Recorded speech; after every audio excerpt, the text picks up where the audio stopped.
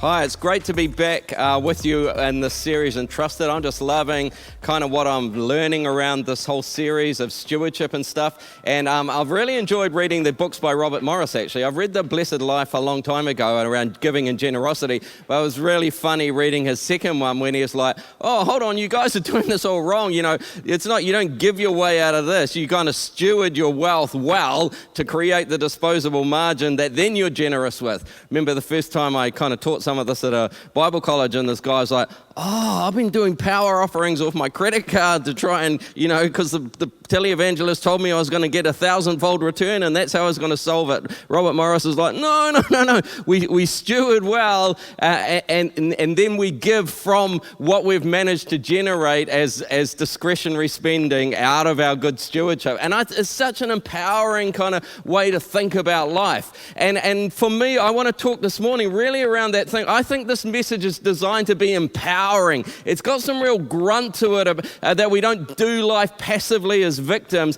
but we do life empowered to make a difference. And, this whole parable of the talents in Matthew 25, for me, you can read it as an incredibly empowering message, not as a message of weakness or vulnerability or beating down. Because again, it'll be like a man going on a journey who called his servants and entrusted his wealth to them. It's like, man, God's given me stuff to use to do life with. And if you know the story, the guy who had received 5 bags of gold went at once and put his money to work. It's like, man, I can work some stuff in life. God, you've given me some abilities. When I put them to work, stuff happens, stuff growed. And so in this parable, and he gained 5 more. It's like, this is a picture of not just how to do a small area of our finances. This is a picture of how to do life. This is a picture of how to not only be a Christian disciple, but how to be a human being. Kind of to hit life with a bit of grunt to go, God, you've given me some resources. You've wired some stuff into my heart. And if I put this to work, it's going to grow, it's going to advance, it's going to make a difference. And then he gave, the one with 2 the same, and the one with 1. And I love, this response when he comes back. The man who had received 5 bags of gold brought the other 5. Master, he said, you entrusted me with 5 bags of gold. See, I have gained 5 more. There's none of this like, oh, I'm so unworthy and I'm so useless or whatever. Like he stands up and looks the master in the face and is this confidence. God, you gave me these abilities and I worked with these. And look, I made a difference with them. Something advanced, something shifted, something moved forward in my life with these. And it's awesome, the response. And I haven't highlighted anything in this because it's like every word is kind of mind-blowing. His master replied this, well done.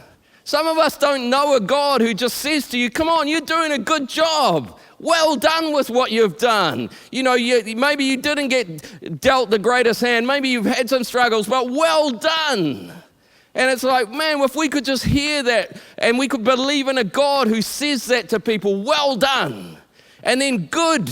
Like, no, good is not like median grade. Good is like, there's something good about you. You approach life in a good way. You try to do the right thing by people. You try to do things well. Good on you. You're a good person. Well done. You're a good person. And beyond that, you're faithful. You worked at stuff. You kept going. You grew stuff. And you've been faithful with a few things, so what now? So I will put you in charge of many things. It's like, this is this mind-blowing idea of Christian discipleship, but also human life. If we'll just do well with what we've been given, if we'll just be a good person and faithfully do and work with what God's given us, he's just going to cause those things to grow. He's going to open up doors. And then the final sentence, come and share your master's happiness. It's interesting, the commentators can't kind of locate what specifically he means, but basically this invitation is like, just come into a place of joy. I don't know about you, but I want that this morning. And if all of that, man, if I could do life under that sense that my heavenly Father, my heavenly Master is saying, well done. Hey, you've done a good job this year. This year was a hard go, but well done. You got through. You're still going. Good. You've done some good things by people. You've been faithful. And because of that, I'm going to cause increase in your life. And come and step into something that just has a place of joy and freedom and bounty and flourishing to it.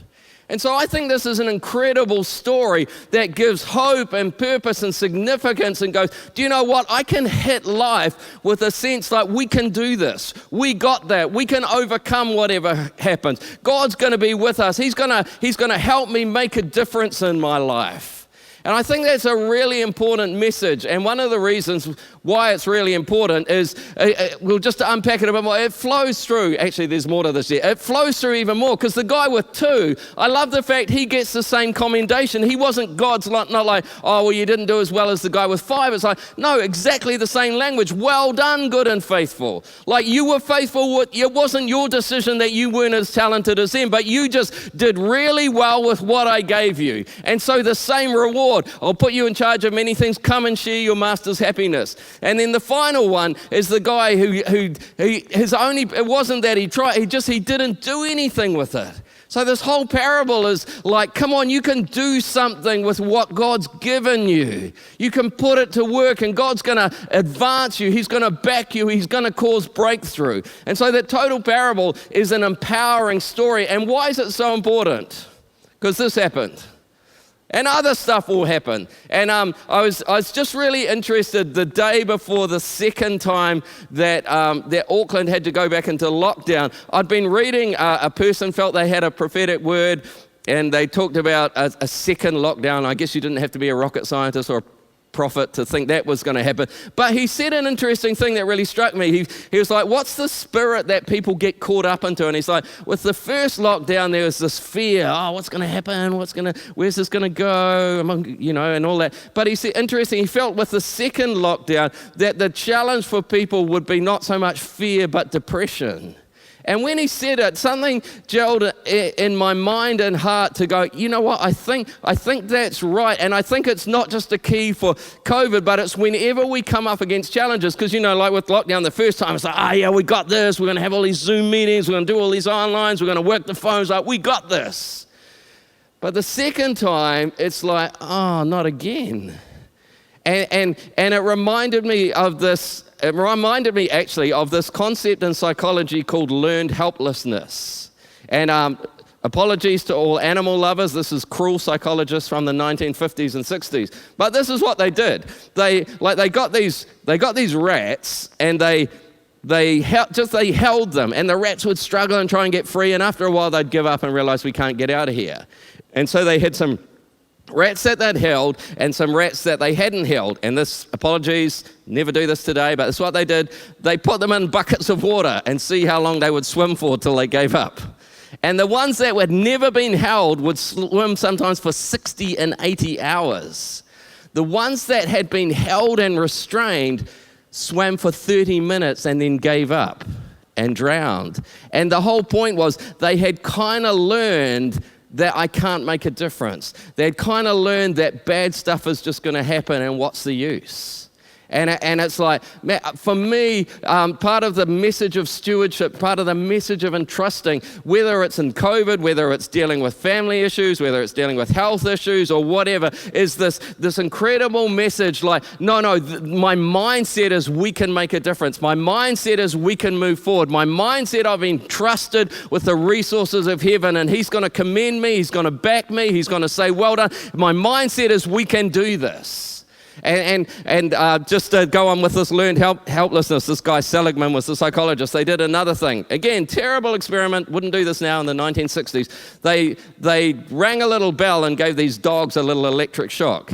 And the dogs learned that they had no control over whether they're going to get a shock or not. And then they put them in these kind of cages where there was a divider in the middle, and this side where the dog was, the floor would give them a shock, and on the other side, there was no shock. But do you know what they found? If they'd done the bell and shocked them, the dog would never jump over. It had kind of learned, like, what's the use? Why bother? It had learned helpless, I'm helpless. And for me, that's so antithetical to the gospel. It's so antithetical to the message of the series. No, I've been entrusted with stuff and I can make a difference. I've been entrusted with stuff and I can overcome stuff. I've been entrusted with stuff, I can see something grow and develop out of here. And I just feel like whatever situation you're in today, whether COVID's a thing of the past or still happening, it's like God wants to inject the strength that whatever comes, The power of the gospel is the power of I'm entrusted with the resources of heaven, and God backs me to see that grow and move forward. And I refuse to buy into this thing that just says there's no use, there's no way ahead, nothing can make a difference. This guy, Seligman, then wrote a book called Learned Optimism, the opposite. And he kind of unpacked the kind of mindset. How do people get into this place where they feel like nothing's going to change versus what's a mindset that makes a difference? And just a bit of he says, he contrasts this as optimist versus pessimist. And he says 3 things make the difference. Do you see your current struggles as permanent? So optimistic people believe bad events to be more temporary than permanent and bounce back quickly from failure, where others take longer periods to overcome. This bottom sentence, optimists point to specific temporary causes for negative events, pessimists point to permanent causes. Man, 2020 sucks. 2020 was a write-off, but there's been a lot of years that weren't like that. There's going to be a lot of years that won't be like that. It's okay. This is not permanent. Whereas a pessimist has learned helplessness, like, my life is over, I'm never going to get through this. It's a lie of the enemy. The message of Entrusted is this is temporary. It will not last because God is backing you. The second thing, they all start with P, it's not only permanent, but it's pervasive. So optimistic people compartmentalize helplessness. I was a bit useless at that, but I'm pretty good at this stuff. But then optimistic people also allow good events to brighten every other area of their lives. So it's like, yeah, my business is not looking great, but my kids love me, my wife loves me, it's going well. It's like I'm able to kind of go not this big cloud that's both permanent and pervasive. It's like, no, it's temporary and it's specific. And it's like, this is stuff that empowers us to do life with some courage and hope and conviction. No, we got this. Come on, there's a way through whatever's challenges. And the third P, personalization. Optimists blame bad events on causes outside of themselves, whereas pessimists blame themselves for events. So optimists are generally more confident. Oh yeah, my business went under because I'm a bad businessman. No, my business went under because there was a global crisis. You know, my kid's struggling at school, not because I'm a bad dad, but maybe they've got a learning disability and we're going to get some help for them. But can you see the difference between a perspective of helplessness and a perspective of, no, I've been given the resources to make a way into a better future. I'm stewarding my way into purpose. I'm stewarding my way into destiny. There is always hope. And the parable of the talents says God has invested you with the resources of heaven, and he's entrusted you that if you work these things, you're going to generate a better future for yourself. Another writer puts this in same points, but 3 attributions, and he just grounds it a bit, so this might help you. Again, you're going to learn helplessness if you attribute it to internal things. So you give this example. You believe you failed the test because you're stupid. That's internal. Compare that to believing the test was too hard. See the difference? Oh, no, I'm dumb. No, the person put stuff in the test that he hadn't even taught us. Dumb teacher kind of thing. The second thing is stable. Again, that's like the permanent thing. Again, situation. Believing that you failed the test because you're stupid versus believing that you failed the test because you didn't study enough.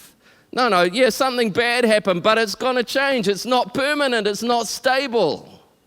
We can do this. And then the final thing is global, which is kind of that pervasive. So again, believing you failed a test because you're stupid is a global attribution. However, if you believe you failed the test because you're bad at that subject, it's specific. Can you see it's a whole mindset? There's either a mindset like, I am no good, this is my whole of life, and it's going to stay this way forever, versus navigating, this is a difficult season and this part of my life is a challenge, but there's a way through this. I believe this whole series of Entrusted says, no, let's not buy into a learned helplessness and a hopelessness. And let's say the resources of heaven are backing me to make a difference. And so I think we need to read the parable of the talents like that. It's a parable that says you have been given enough to move your world. You have been given enough to build a better future. You have been given enough to build significance and purpose and destiny in your world. There will always be hope because God has invested in you.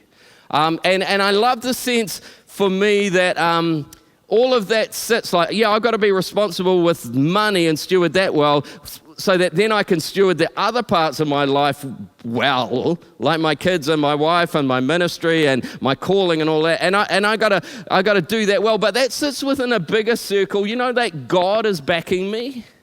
And I think that's one of the things I loved listening to Pastor Sam's first sermons and Robert Morris's books is sometimes we can overcook the stewardship thing. Oh, it's all on me. No, the Bible never says it's all on you. The Bible says you've got an incredible dignity and purpose, but I got great news for you. God adds his weight to your stewardship. God is backing you. God is for you. God's favor is on your life. And the first morning where the second lockdown happened, I woke up with this verse in my mind. It's from Psalm 61. When my heart is overwhelmed, lead me to the rock that is higher than I. And it's like, man, yeah, I'm going to do my best at stewardship. But do you know what? If it's all on me, I'm going to get overwhelmed. And moments when I'm overwhelmed in my entrustedness and stewardship, I need to locate that in something that's bigger and stronger than me, and that's God. And I'm confident to now seek to work out what I'm entrusted with because my heart's not overwhelmed, because I'm not like my life has collapsed, because there is a rock that's higher than mine. And I love this. You've been a shelter for me, a strong tower from the enemy. I will abide in your tabernacle forever. I will trust in the shelter of your wings. Selah, I mean, stop and pause and think about that. Yeah, I'm entrusted to do some stuff. But God, there's a massive weight of heaven in behind me, helping me to overcome, helping me to achieve, helping me to get through. I'm not going to buy into the fact that it's all over and it's helpless. Because God, you're here for me. Again, it goes on. God, you've heard my vows. You have given me the heritage of those who fear your name. I steward something, an inheritance. You have downloaded resources into my life, God. And I can work with that. And then because you're doing this, because you're going to look after me, that I may daily perform my vows. It's like, yeah, I got things I need to work at.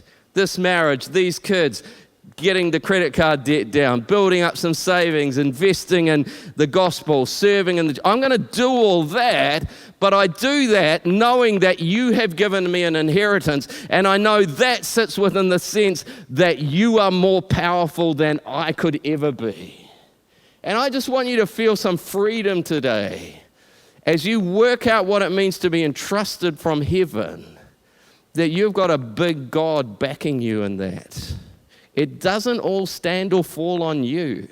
God, I'm responsible to try and be a good dad, but ultimately these are your kids and you got to come through. You got to break into their world, God. God, I'm trying to be responsible with my finance, but God, I need you to open some doors. God, I'm trying to share the gospel with my friends, but if it all stands or falls on what I can do, that's too much of a burden. God, you got to break into their world. You got to orchestrate some stuff that opens them up to me. Kind of similar, Psalm 90. I've been thinking a lot this year, the sense of the bigness of God. And there's an old chorus about this, from everlasting to everlasting. It's like, man, I need to set the bigger framework for this whole thing. God, you have gone from everlasting to everlasting. And that's the context that I try and do my little bit of stewardship in. The everlasting God. And I love, 1,000 years in your sight are like a day that has just gone by. I was thinking you sit down at the end of the day, maybe with your family. Oh, how was the day? Oh, I had a meeting at 10 and, it was okay. And then meeting at 12. God's like in heaven, like the angels. Oh, yeah, we had the Roman Empire in the morning, and then we did the Greek Empire, and then the British Empire that came and went midday with afternoon, a cup of tea. And then, then we met. And it's like, God just sums up 1,000 years like a day. Like my stewardship that can feel so big and everything's standing or falling on me is like, go and put that within a bit of a bigger context. This is with a God who can evaluate 1,000 years like it's a day, who goes from everlasting to everlasting. And so the context, our days may come to 70 years or 80 years. It's like my whole life, in one sense, is a blip in the plan of God, a little spot in the plan. Like, I'm so overwhelmed with what I got to do today. No, my whole life is a small moment When God counts a thousand, and it's not to trivialize it, it's to say, get a bigger perspective, because he is invested in you.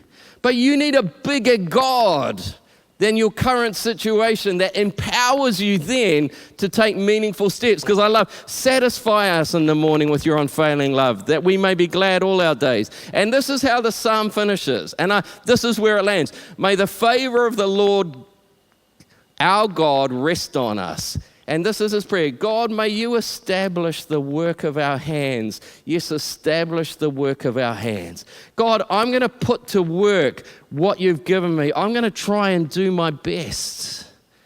But I need to know, God, this sits in my whole life is going to be gone before I know it.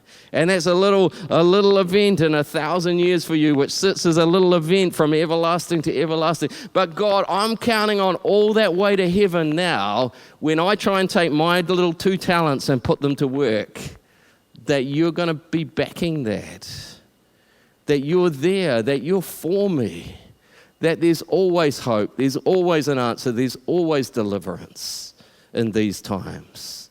You know, this balance, he said, unless the Lord builds the house, the builders labor in vain. Yeah, it's my job, I'm entrusted to build, but unless God is backing this, I can't change things. Unless the Lord watches over the cities, the guards stand watch in vain. God, I'm going to steward my part. I'm going to try and tighten my spending. I'm going to try and invest in my marriage and my kids. I'm going to try and go to uni and get a qualification. I'm going to try and do all of this because I'm trying to steward what you've done. But God, I need to know the God of heaven is in behind this, adding his weight to all of this. Dallas Willard is a writer about spirituality, and he talks about this concept. I think it's really important for what does it mean, not just to be a follower of Jesus, what does it mean to be a human being?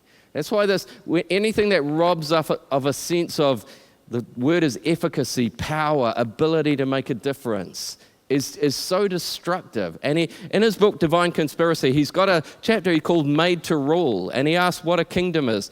Says this, to gain deeper understanding of our eternal kind of life in God's present kingdom, we must be sure to understand what a kingdom is. Listen to this. Every last one of us has a kingdom or a queendom or a government, a realm that is uniquely our own, where our choice determines what happens. Here is a truth that reaches into the deepest part of what it is to be a person. You have been entrusted with stuff where you are invited to go to work and make a difference, to build the kind of marriage you want, to build the kind of family, to build the health, to build the resource base, to build the ministry. He goes on to say, it's nevertheless true that we are made to have dominion within an appropriate domain of reality. This is the core, listen to this, this is the core of the likeness or image of God in us. Anything that robs you of a sense like, I'm going to step into my world and make a difference, that is evil, that is destructive. Goes on to say, it's the basis of the destiny for which we are formed. We are, all of us, never ceasing spiritual beings with a unique eternal calling to count for good. Do you like that? To count for good in God's great universe. I am entrusted, I am a steward. Not only of my wealth, but of my abilities, my relationships, my ministry, my calling, my gifting. I'm a steward of all of that. And I have a God-given ability to exercise his authority in that realm. Goes on to say, our kingdom is simply the range of our effective will. Whatever we genuinely have the say over is our kingdom. And having the say over something is precisely what places it within our kingdom.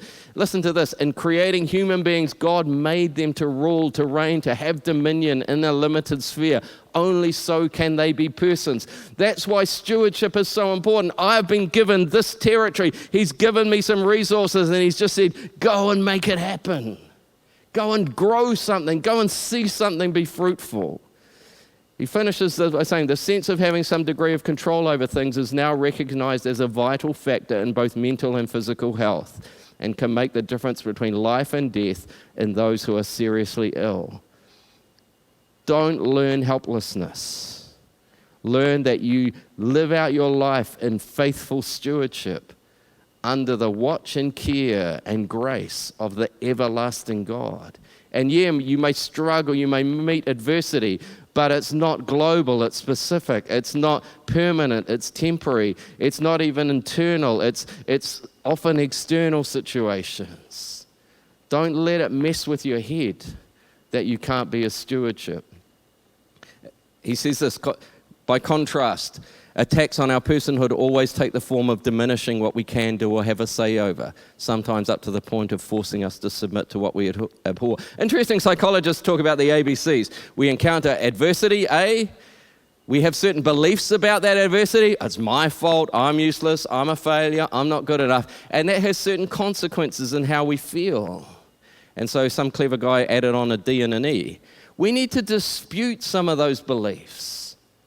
No, there is a good God who's backing you. No, you have gifts on your life. No, he's invested treasure in you. There's a calling on your life. There's purpose and destiny. And if we'll dispute some of those beliefs, the E is then energy will return and hope will return. And yeah, 2020 hasn't been a great year, but it's not gonna last. 2020 hasn't been a great year, but it's not a verdict on me as a person. 2020 might not have been a successful year, but it's not about the totality of who I am. I'm going to work at stewarding my health or my relationships and my finance. I'm going to work at all these things because I believe that God has invested heaven in my life.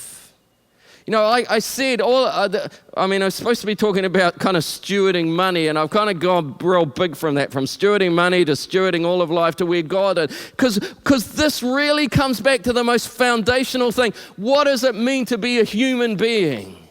And Genesis 1 tells us, you are created in the image of God. Who's God? He's the creator. He's the designer. He's the person who builds beauty and order and flourishing. You're created to step in like him and create that in some part of your world. Never surrender that to the sense of helplessness. You know, and I love it goes on. The commission, be fruitful, increase in number, fill the earth. That's the whole parable of the talents. Take what you've been given and grow it. Yeah, I was okay at school, so this year I'm going to go to university. I'm going to get a degree. Okay, I'm good with machines. I'm going to get an apprenticeship and become a mechanic. I'm going to get an apprenticeship and become a builder. I'm going to go to a premarital course, and we're going to try and strengthen these relationships. I'm going to go to a parenting course, and I'm going to make our family a happier place for my kids. I'm going to go to a Mind Your Marriage course and strengthen our marriage. I choose to walk into life not with a learned helplessness, but with an empowering sense that I'm created in the image of God to take authority, as Pastor Sam says, the middle of authority, to author my destiny. And I'm going to believe that 2021 is going to be more fruitful and increased and more flourishing than right now. I refuse to accept that this is the permanent verdict on my life. And part of that, he goes on to say, subdue it and rule. There's some stuff I'm going to need to overcome. But Goliath, you're going down. Devil, you're going to be stomped under my feet. Part of being made in the image of God is I subdue chaos and I bring order and flourishing. Because God, as the parable of the talents said, you have given me of your wealth. And if I'll put this to work, good things are going to happen. You know, and the final summary of all of this, and I said this kind of in the context, what does it mean to be a human being? My whole life is stewardship. My whole life is entrusted. But there is a big God behind me. And you know, not all the details in a parable cross over, and this is the one that doesn't work. In the parable of the talents, the master just goes away and leaves them to it. I love it that the rest of the Bible says, no, the master doesn't leave you to it. The master adds his weight to what you're doing. And so verse 28, God bless them. God bless them. God, you're created in my image. I bless you. You're created with investment of my wealth and resources in your life. I bless you. You're created with purpose and destiny. I bless you. You're created to overcome obstacles and subdue them. I bless you. You're created to rule in life. I bless you. Come on, you're created to live with hope. I bless you. You're created to live with confidence. I bless you. You're created to hold your head high and believe in what I put inside of you. I bless you. I'm an entrusted person. I'm a son of the King. I'm a child of the Most High God, and He has blessed me. And I might be going through a time, but it's not permanent. It might be this area of my life I'm struggling with, but it's not global. It might be something that's happened, but it's not who I am, because I'm a child of the Most High God, and He has blessed me. And I don't know what situation you're in. I don't know what crisis you're facing now. But don't learn helplessness. Rediscover hope, because He is blessing you. And if you'll just put to work what He's put in your hands, it will be fruitful. It will increase in number, and you will hear Him say, well done, well done. You're so good. You're so good. You're so faithful. Come and enjoy the happiness of seeing success in life, seeing overcome difficulties, seeing flourishing. Come and let's celebrate, because you've done real well. Good on you. I pray that you would discover that this morning. God bless them. May God bless you this morning. Come on, let's worship Him.